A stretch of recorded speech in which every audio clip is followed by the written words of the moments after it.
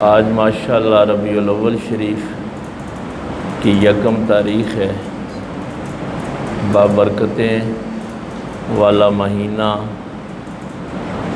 तमाम तर रहमतों के साथ अल्लाह ताला ने हमें अता फ़रमाया है।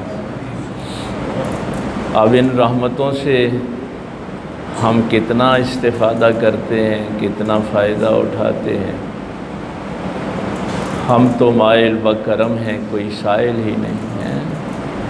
अल्लाह ताला की रहमत तो हम वक्त इंसान को आवाज़ें देती रहती है और फिर ऐसे मौक़े भी फ़राहम किए जाते हैं कि जिनसे आप सदियों का सफ़र लम्हों में तय कर सकते हैं।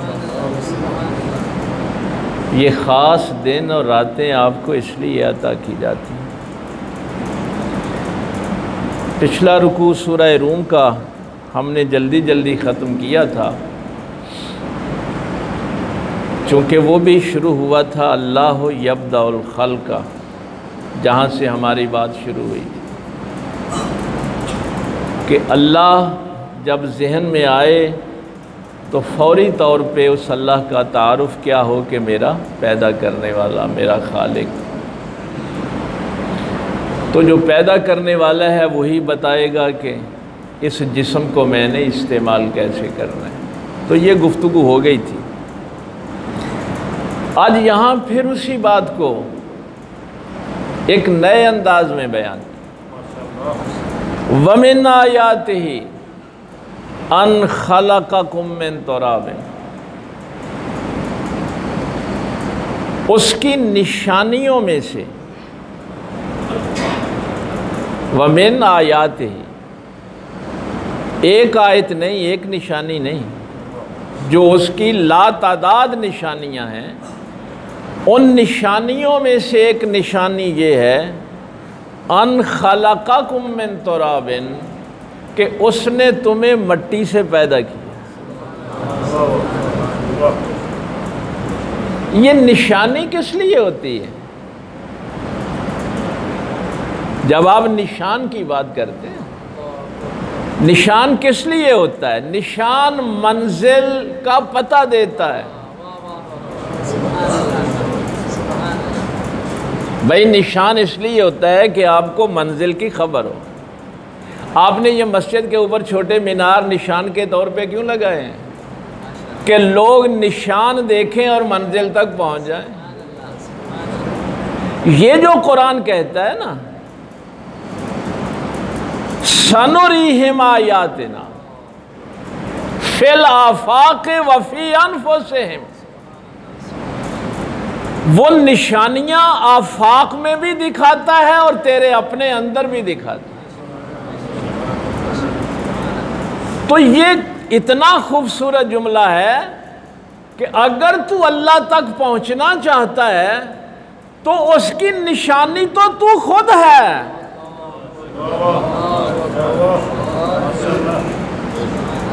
तुझे उसने अपनी निशानी करार दिया है और फिर इस मट्टी से खल्क किया। आप सोच सकते हैं कि एक मट्टी से ऐसा ज़हन तख्लीक होगा, इस मट्टी से ये आंखें खल्क होंगी, ये ज़ुबान खल्क होगी।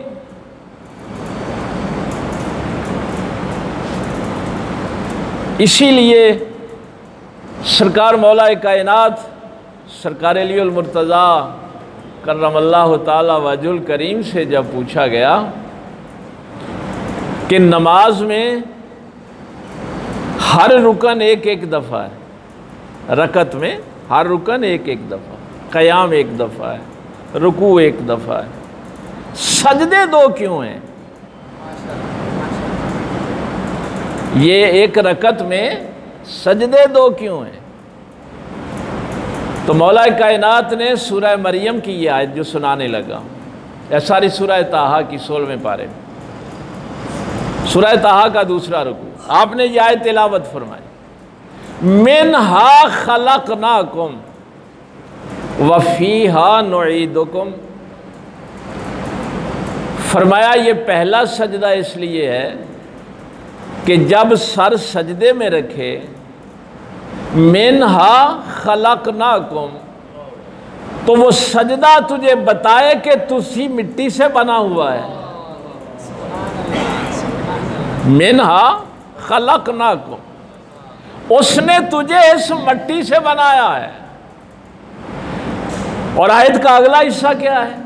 वफीहा नुईदुकुम, जब दूसरा करे तो जहन में ये सवाल जब आए तो उसका जवाब ये है कि पलटकर फिर इसी में आ जाना है।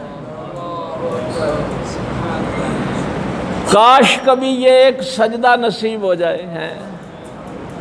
ओ भाई नमाज तो आप पढ़ते रहते, इसीलिए मैं कहता हूं ये थकावट वाली नमाजें, काश ये मार्फत वाला एक सजदा, एक रकत के 2 सजदे, कि जब मैं पहले सजदे में सर रखूं तो पता चल जाए कि इसी मिट्टी से बना हूं। ये सजदा मिट्टी पे है भी इसीलिए भाई, मिट्टी पे सजदा इसीलिए है कि इंसान अपनी औकात में रहे। मिट्टी को तकब्बर जेब नहीं देता, खाक को तकब्बर जेब नहीं देता।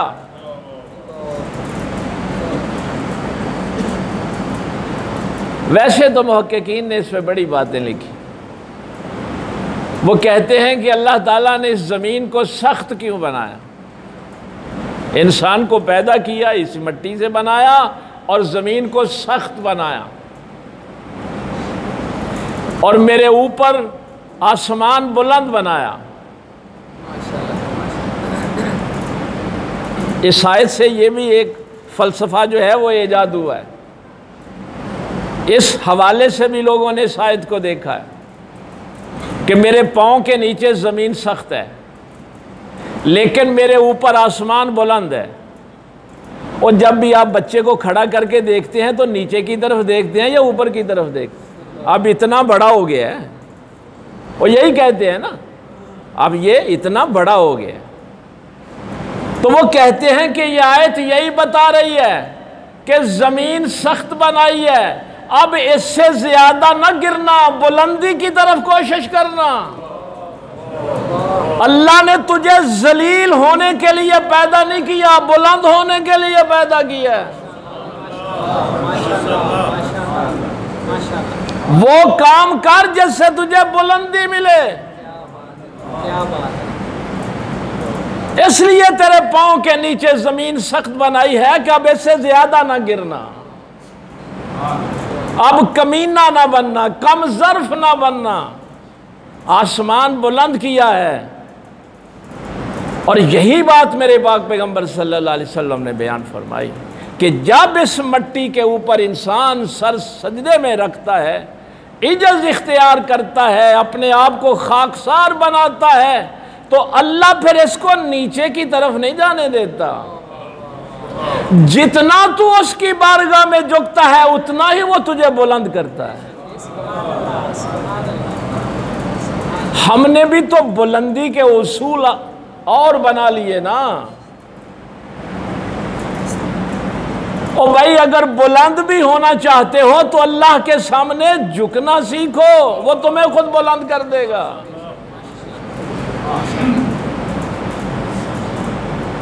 तो उसने तो तुम्हारी तख्लीक ही इस हवाले से की है।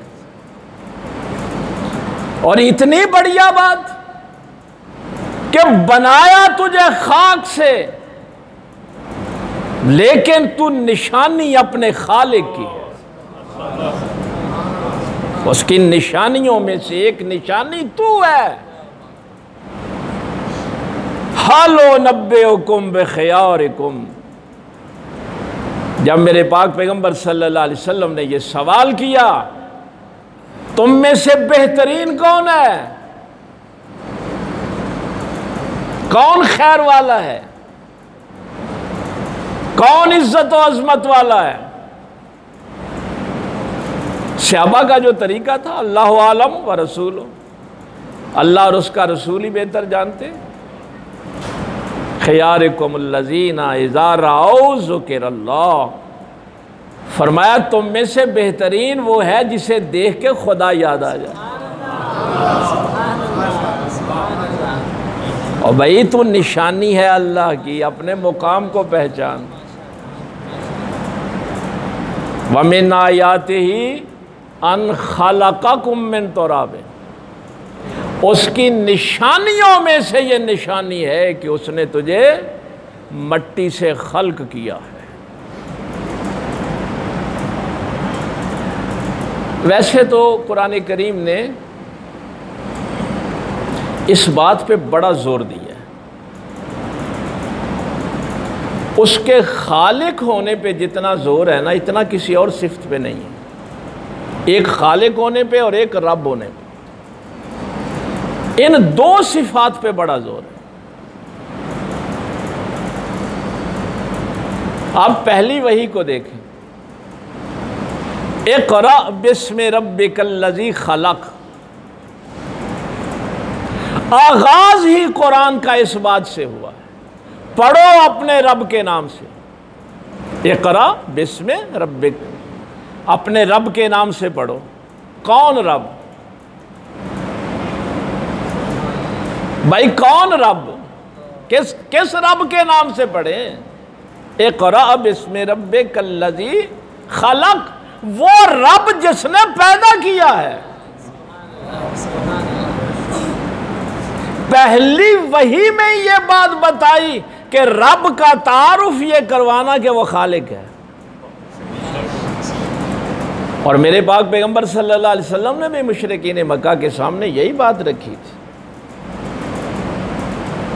यही बात रखी थी कि ये दिन जिन बुतों की तुम पूजा करते हो, मुझे बताओ तो सही इन्होंने खल्क क्या किया है, इन्होंने बनाया क्या है? कोई जमीन का एक बालिश टुकड़ा बनाया हो? क्या तख्लीक है तुम्हारे खुदाओं की? इसलिए कि माबूद बाद में होता है, खालिक पहले होता है। जो खालिक होता है वही माबूद होता है, ये याद रखना। इसलिए पहली वही में ये नहीं कहा कि पढ़ो रब के नाम से जो तुम्हारा इलाह है। और भाई खालिक मानेंगे तो इलाह भी मानेंगे, खालिक मानेंगे तो समझेंगे ना कि अब इस जिस्म पे हुक्म अब अल्लाह का चलेगा, क्योंकि खालिक वो है। ये चूंकि 7 सितंबर है कल, ख़त्म नबूवत के हवाले से ये हमारा अहम दिन है।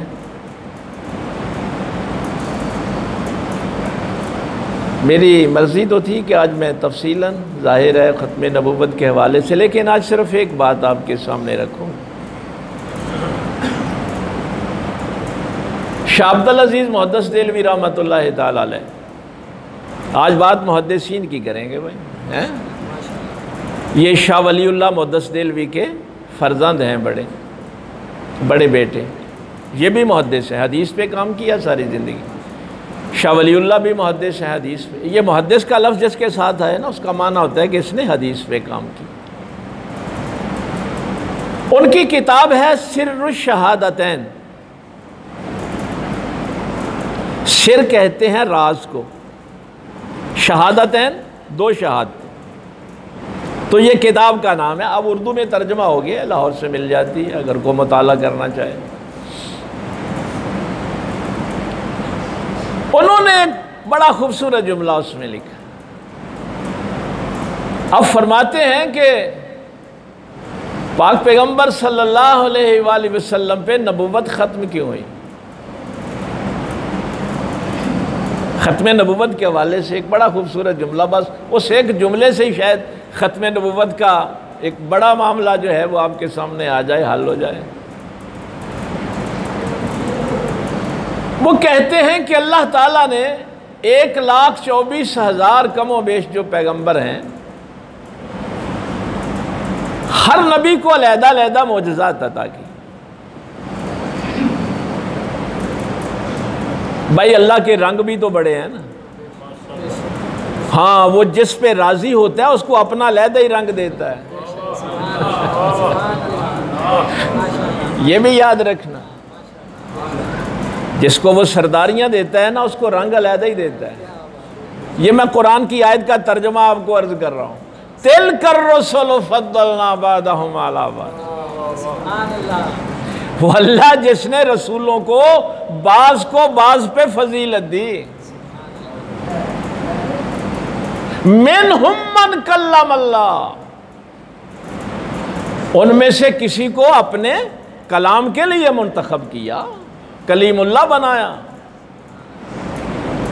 कहीं इब्राहीम को खलीलुल्लाह बनाया, तस्लीम और रज़ा वाला बनाया। जो मोजज़े मूसा के पास हैं वो ईसा के पास नहीं है। मूसा की सरदारी के अपने रंग हैं, इस्माइल की सरदारी के अपने रंग हैं। जिसको सरदारी दी उसको रंग अलहदा दिया, कमाल अलहदा दिया, मोजज़ात अलहदा दिए। तो शाह अब्दुल अजीज मुहद्दिस देलवी रहमतुल्लाह तआला अलैह फरमाते हैं, अब वो 1,24,000 कमो बेश पैगंबरों के मोजज़ात, उनके कमालात, उनकी तमाम सिफात जिस एक जगह पे इकट्ठी की उसे मोहम्मद कहते हैं। नारे तकबीर, नारे रिसालत, नारे हैदरी, हुजूर क़िबला आलम, आस्ताना या नगर शरीफ, ताजदारे खत्मे नबूवत जिंदाबाद जिंदाबाद। तो जब कमालात एक जगह इकट्ठे कर दिए तो नबूवत भी वही खत्म कर दी।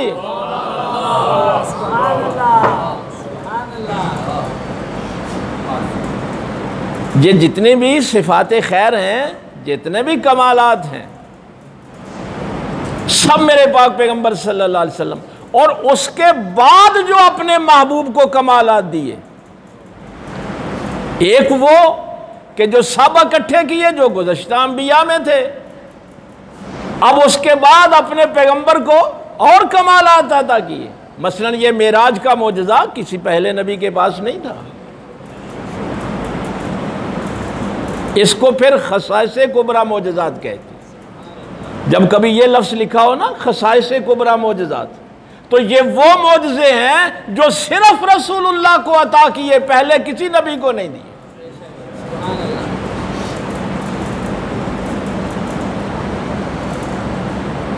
अब यहाँ पे वो एक और मुफस्सिर ने इस आयत के हवाले से जो बात की है, मैं उसका थोड़ा सा इशारा कर दूं, जाहिर अब वक्त कम है। वो कहते हैं कि ये तो थे अंबिया के कमालात।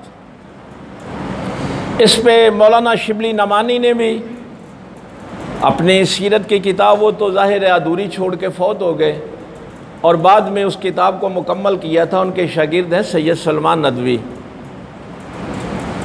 तो उसमें भी ये हवाले आपको मिल जाएंगे अगर आप सीरत का मुताला करना चाहते हैं। तो शिबली की जो सीरत है उसमें भी ये मौजूद है। ये थे कमालात अंबिया के, लेकिन वो कुरान में कहता है वलहू अस्लमा मन फिस समावाति वल अर्द, जमीनों आसमान का जर्रा जर्रा मुसलमान है। उसके रंग तो हर पत्ते में है, हर पानी के कतरे में है। इसीलिए कहता है सब्बह लिल्लाहि मा फिस समावाति व मा जमीन और आसमान का जर्रा जर्रा उसकी तस्बीह बयान करता है।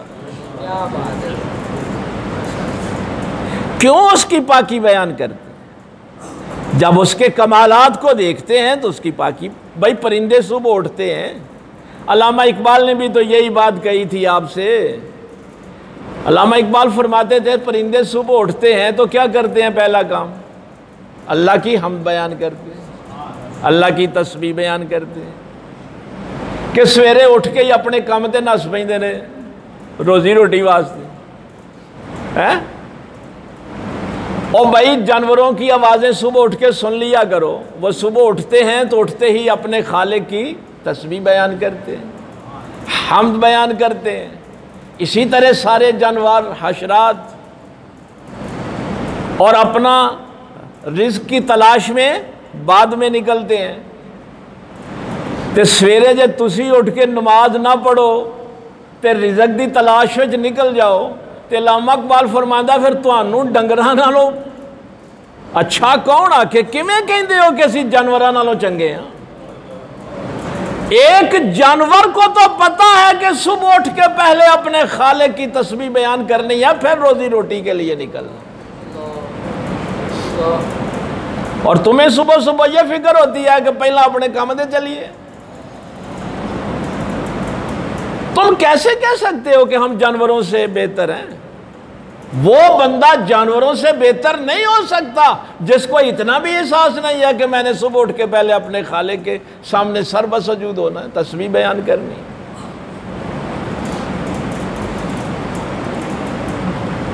तो वो जो आयत पहले मैंने 25वें पारे की पढ़ी थी ना, सनुरीहिम आयातिना फिल आफाक, ये जहां पे आके नजर आपकी ठहरती है ना उसको उफक कहते हैं। आप देखते हैं ना एक जगह से आसमान ज़मीन के साथ, उसको उफक कहते हैं। ये आपकी हद निगाह होती है। तो चारों तरफ जो है इनकी जमा आफाक है। अल्लाह फरमाता है पूरे आफाक में हमारी निशानियां बिखरी पड़ी, हमारी निशानियां आफाक में। सनुरीहिम, हम दिखाएंगे तुम्हें। तो वो कहते हैं कि ये कायनात अल्लाह ने बड़ी हसीन बनाई। हर पत्ता, हर ज़र्रा, हर दरिया, हर समंदर, ये आसमान, ज़मीन, सूरज, चाँद, सितारे, पहाड़, गिन लो आबशारें, क्या गिनोगे? तो उस सारी कायनात का हुस्न अल्लाह ने जब इकट्ठा किया तो एक इंसान बनाया। अब ज़रा इस आयत की अगर आपको समझ आ जाए, तू निशानी है अपने खालिक की। अल्लाह ने पूरी कायनात का हुस्न इकट्ठा किया तो एक इंसान बनाया और फिर फरमाया इन्ना खलकनल इंसान फी अहसन तक़वीम। उसकी जो बेहतरीन तख्लीक है वो इंसान है।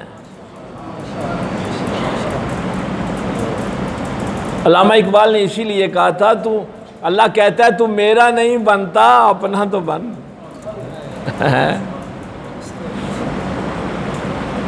अब साइंस ये कहती है कि जितने भी इंग्रेडिएंट्स पूरी ज़मीन के अंदर, कायनात के अंदर हैं, वो सारे के सारे ज़र्रे इंसान के जिस्म में मौजूद हैं। इन्ना खलकनल इंसान फी अहसन तक़वीम की साइंस ने शरह ये की। इसके अंदर सोना भी है, पारा भी है, पानी भी, जो कुछ ज़र्रात, मादनियात इस ज़मीन के अंदर हैं वो सारी की सारी। आपका दिल नहीं ना चलता तो डॉक्टर बैटरी लगा देते हैं। आपके अंदर बिजली भी है। ये तख्लीक बहुत बाद में, ये आपका दिल जो धड़कता है ना, ये बिजली से धड़कता है। और भाई ये बिजली तो कल बनी थी, अल्लाह ने तो जब तुझे बनाया था तेरे अंदर बिजली रख दी थी। ये करंट तेरे अंदर पहले मौजूद था। हर चीज इसके अंदर। अब ये शाहकार है अल्लाह का, इन्ना खलकनल इंसान फी अहसन तक़वीम। अब इंसान भी ज़ाहिर अरबों में थे। मैंने कहा ना कि हर जगह उसका हुस्न अलहदा है, उसका रंग अलहदा है। ये जितने आप बैठे हैं हर किसी में उसका रंग अलहदा है, हर किसी की सोच का अंदाज अलहदा है।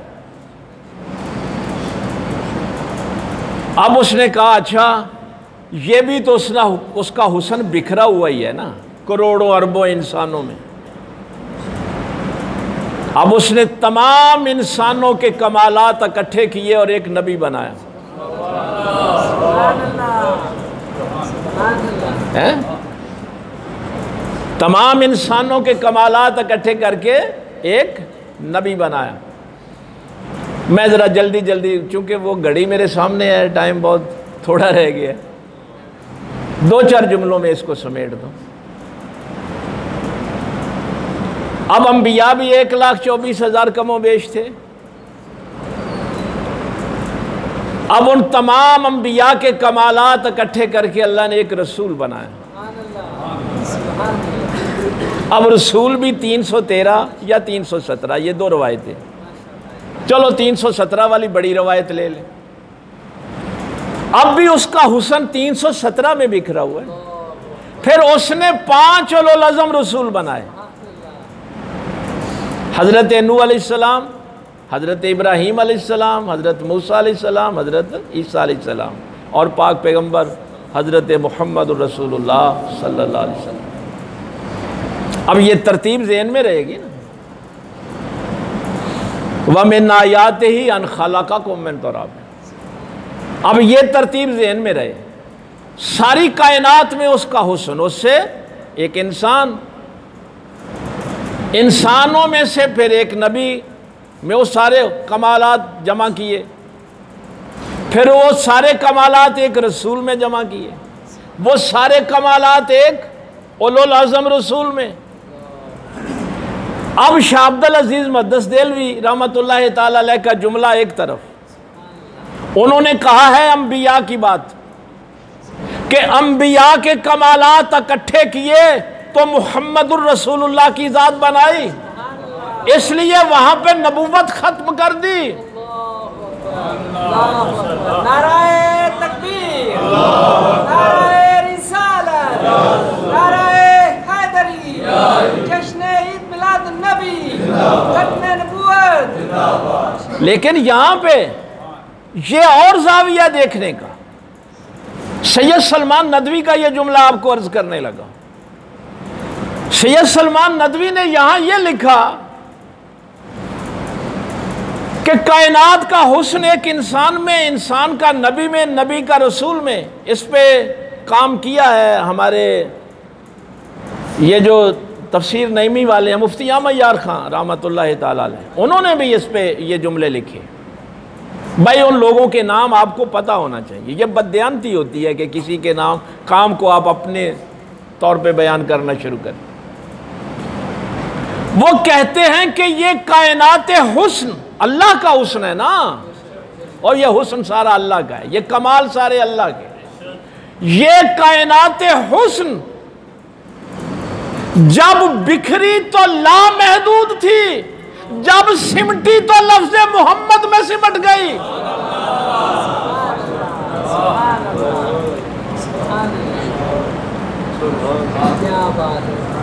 इसलिए जब कायनात हुस्न को समेटा तो वहां पे नबूवत खत्म कर दी।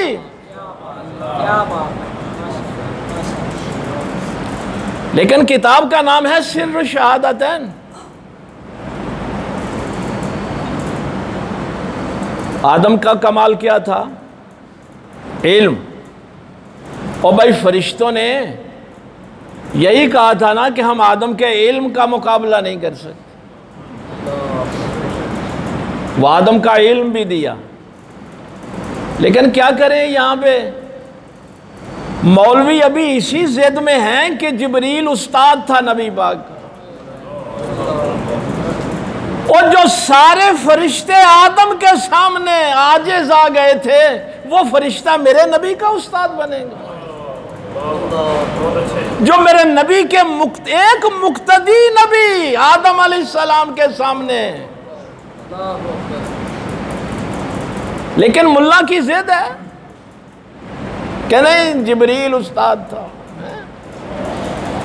क्या दीन सीखा है इन लोगों ने, और क्या कुरान पढ़ा है इन्होंने,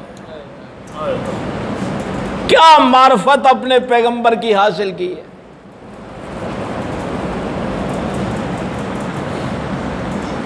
बहरहाल तस्लीम और रज़ा इब्राहीम अलैहिस्सलाम की भी अता की, मूसा का जोशो जलाल भी अता किया, तमाम कमालात दिए।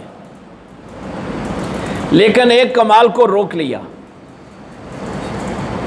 सिर्र शहादतैन। सारे कमालात दिए, शाह अब्दुल अजीज मुहद्दिस देलवी फरमाते हैं एक कमाल को रोक लिया, वो था शहादत का मर्तबा। ज़करिया अलैहिस्सलाम चूंकि आरे से चीरे गए थे, याह्या अलैहिस्सलाम को भी शहीद किया गया था, बहुत से अंबिया को शहादत का दर्जा मिला, और अल्लाह के महबूब को इस तरह तलवार से शहीद नहीं किया गया। ये एक दर्जा था जो रोक लिया गया। अब ये तो नहीं हो सकता कि अल्लाह सारे कमालात दे और एक कमाल अपने महबूब से रोक ले। तो शाह अब्दुल अजीज मुहद्दिस देलवी फरमाते हैं अल्लाह ने वो एक कमाल नबी के दोनों नवासों में तकसीम कर दिया। हसन को भी शहादत नसीब हुई, हुसैन को भी शहादत नसीब हुई। और बढ़िया जुमला शाह अब्दुल अजीज मुहद्दिस देलवी ने लिखा कि अल्लाह ने अपने नबी के कमालात को मुकम्मल हसनैन के जरिए से किया।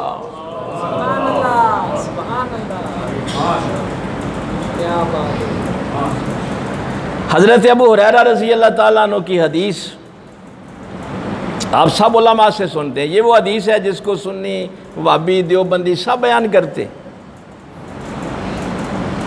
कि मेरे पाक पैगंबर सल्लल्लाहु अलैहि वसल्लम ने फरमाया कमर से लेके सर तक हसन मेरे मुशाबे है। यही बात हजरत अबू बकर सिद्दीक हजरत अली से कहा करते थे ना कि हसन तेरे ऊपर नहीं गया, ये तो मेरे मोहम्मद की छवि है।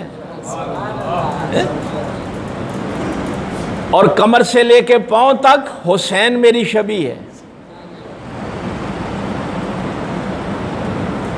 ये रवायत सब बयान करते, यानी अल्लाह ने अपने नबी के नवासों को भाई एक मोहम्मद दो हिस्सों में तकसीम किया।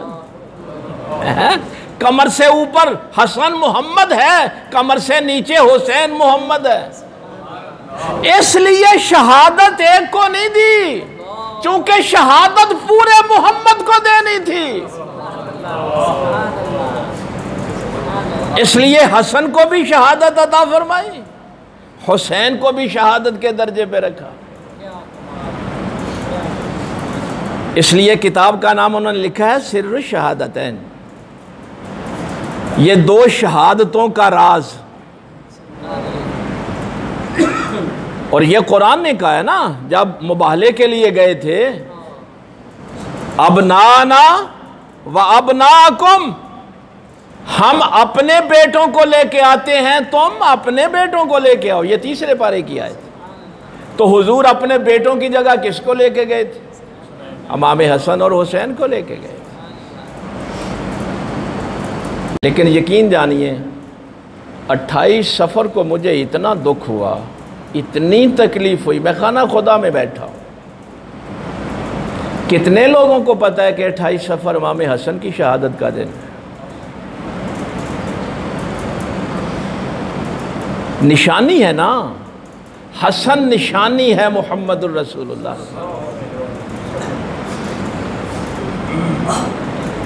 कोई जुलूस निकाला गया हो इमाम हसन की शहादत में?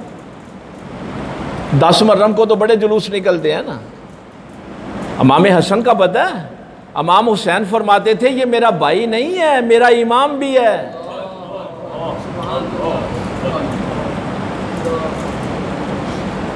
कितनी सबीलें लगी 28 सफ़र को? ये मंगल को थी 28 सफ़र। और निशानी से ही मंजिल तक पहुंचना है ना, और निशान ही तुम्हें मंजिल तक पहुंचाएगा ना। इतना भूल गए तुम नबी के निशान को? यही कहा था पैगंबर ने कि अपनी आने वाली नस्लों को मेरी आल की मोहब्बत दे के मरना। यह मोहब्बत दी है कि हमें खुद भी पता नहीं कि नबी के नवासे का यौम शहादत कौन सा है। कितनी देगें पकाई गई? 10 मुहर्रम को तो बड़ी पकाई गई थी। ये नबी के बड़े बेटे का हाल किया हमने। कितनी मस्जिदों में इमाम हसन के उर्स करवाए गए, कितने घरों में बैठ के ये जिक्र किया गया। फिर कहते हैं नबी की मार्फत नसीब नहीं होती। ये मैं जब प्रोग्रामों के लिए जाता हूं तो पता नहीं किन्ने उर्सां दे इश्तिहार लगे होंगे। वो जी करे कि भंग पीण वाले का भी उरस मनाया जाता है, किसी बेनमाजी का भी उरस मनाया जाता है। कितनी मस्जिदों में इमाम हसन का जिक्र हुआ है। यह है हमारा हाल। फिर कहते हैं रसूलुल्लाह की मार्फत, अल्लाह की मार्फत, वो जिनकी मोहब्बत को अल्लाह अपनी मोहब्बत करार दे। कुल ला सालुकुम अलैहि अजरन इल्लल मवद्दत फिल कुर्बा। वक्त हो गया है, सिर्फ ये सुन लें कि अली की नज़र में इनकी क्या कदर थी, क्या इज्जत थी, क्या एहतराम था। मौलाए कायनात अलीउल मुर्तज़ा इनका क्या एहतराम करते थे। इतना जुमला सुन लें।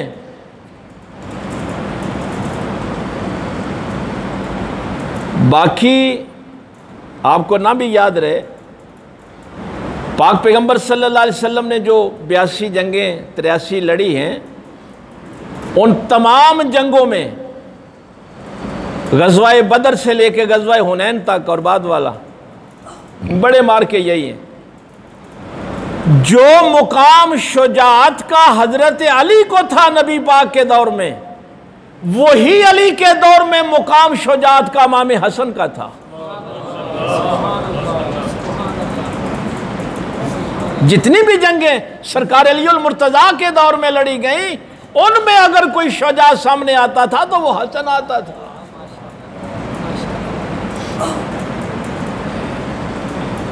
जंग हो रही है, तीरों की बारिश शुरू हो गई, तो सरकार मौला अली के एक साहबजादे हैं मोहम्मद बिन हनफिया। अब आप कहेंगे कि नाम के साथ अली क्यों नहीं आया, क्योंकि हसन के साथ तो आएगा हसन बिन अली, हसन बेटा अली का, हुसैन बिन अली, अब्दुल्ला बिन अली, अब्बास बिन अली। तो ये बेटा है तो इसके नाम के साथ मोहम्मद बिन अली नहीं है, मोहम्मद बिन हनफिया है। ये इनकी वालदा का नाम था।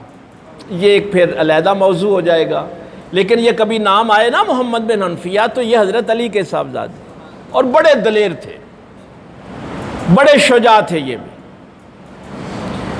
तो सरकार मौलाए कायनात फरमा रहे हैं कि हमला करो, पहाड़ अपनी जगह से हट जाए लेकिन तेरे पाँव में लग़ज़श ना आए। भाई अली दर्श दे रहे हैं ना। जमीन में अपने कदम जमा के रखना और नजर दुश्मन की पहली साफ पे नहीं आखिरी पे रखना। और भाई ये जंग करने के तरीके भी तो सीखो ना जो अलीउल मुर्तज़ा ने सिखाए। कभी भी दुश्मन की पहली साफ को नहीं देखना, आखिर पे नजर रखना। अपने जबड़े दांत ऊपर नीचे दबा के रखना।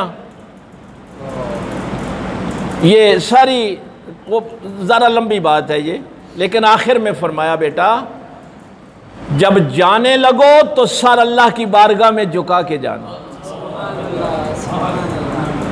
ताकि फतह हो तो गुमंड ना आए कि फतह मुझे हुई है। ये खाकसारी सिखाई औलाद को। फतह के बाद फतह का गुमंड ना हो, आजिज़ी हो कि मौला तेरी ताकत से हुई है। थपकी दी, बेटे को मैदान जंग की तरफ आगे से तीरों की बारिश हुई, मोहम्मद बिन हनफिया थोड़े से पीछे हटे, फिर थपकी दी, ज़्यादा तीर आने शुरू हुए, फिर पीछे हटे। इमाम हसन ने तलवार मोहम्मद बिन हनफिया के हाथ से ली और तीरों में से आगे जाके हमला किया, फौज को पसपा कर दिया, लाके तलवार अलीउल मुर्तज़ा के कदमों में रखी। मोहम्मद बिन हनफिया परेशान हुए कि जो काम बाबा ने मुझे कहा था वो मैं नहीं कर सका, मुझे कहा था मैं नहीं कर सका। हसन ने कर दी है। तो भाई शर्मिंदगी के साथ सर झुकाए खड़े थे। तो मेरे मौला अली सरकार ने मोहम्मद बिन हनफिया को सीने से लगाया, फरमाया बेटा परेशान ना हो। यह भी खाकसारी मौला अली ने अपनी औलाद को सिखाई। शेर खुदा मोहम्मद बिन हनफिया को कह रहे हैं बेटा परेशान ना हो, तू पीछे हटा है तो कोई बात नहीं, तू अली का बेटा है, हसन मोहम्मद का बेटा है, तू उसकी बराबरी कर भी कैसे सकता है। इस बात से परेशान है कि मुझसे ये काम नहीं हुआ जो हसन ने कर दिया। जरा फर्क तो देख, तू अली का बेटा है, हसन मोहम्मद का बेटा। मैं इतना परेशान हुआ कि कल क़यामत के दिन रसूलुल्लाह को क्या मुंह दिखाएंगे कि या रसूलुल्लाह हमें यह भी नहीं पता था कि आपके इस नवासे का यौम शहादत कौन सा था, जो कमाल अल्लाह ने आपसे रोक कर इन नवासों को अता किया था। अल्लाह ताला अपने नबी को भी डायरेक्ट शहादत अता कर सकता था। तुम्हें बताना था कि नमाज में तुम ऐसे ही अल्लाहुम्मा सल्ली अला मुहम्मदिन व अला आले मुहम्मदिन नहीं पढ़ते। कयामत तक हुजूर की आल पे दुरूद इसलिए पढ़ा जाएगा कि अल्लाह ने वो एक कमाल रोक कर इन नवासों को अता किया। और फिर मेरे पाक पैगंबर सल्लल्लाहु अलैहि वसल्लम का वैसे भी सरकार का एक जुमला सुने। एक दफ़ा एक बंदे ने, चूंकि आप घर का सारा माल ही ना अल्लाह की राह में खर्च कर देते थे,